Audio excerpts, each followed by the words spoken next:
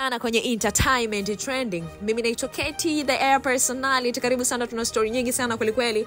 Siku ya leo mambo ni mengi kweli kweli. Unaambiwa bwana mchekeshaji kutoka na Nigeria, comedian anaitwa D1 amesema kwamba mwanamuziki Diamond Platinum ni tajiri kuliko Burna Boy, Wizkid pamoja na Davido kwa pamoja. Hii ni baada ya video za Diamond kwa Trend Africa zikimuonyesha alivyokuwa anatunza hela kwenye harusi ya after party ya Juma Jux pamoja na Prince huko Nigeria. Sikuamini kama wasanii wa East Africa wana pesa kiasi hiki. Katika maisha yangu hii ni kelele tu, ni pesa kweli, kwani amekuja kwenye harusi ya Jux na Priscilla na kutumia zaidi ya dola milioni za Kimarekani 350 ambazo ni sawa na pesa za Kitanzania milioni 90 na 939, kiasi tu ambacho alikuwa anatoa kwenye kwa kila mtu kwa pamoja ni zaidi ya shilingi za Kitanzania milioni 268. Alikuwa amewapa hadi polisi dola 100. Hayo ni maneno ya kutoka Nigeria kwa mchekeshaji anaitwa D1.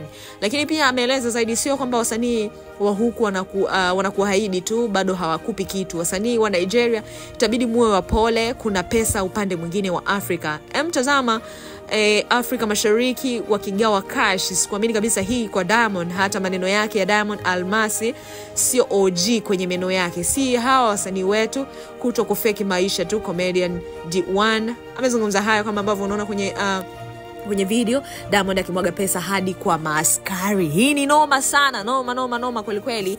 Karibu sana kwenye entertainment trending. Mimi naitwa Katie na hii ni State TV. Tukutane wakati mwingine.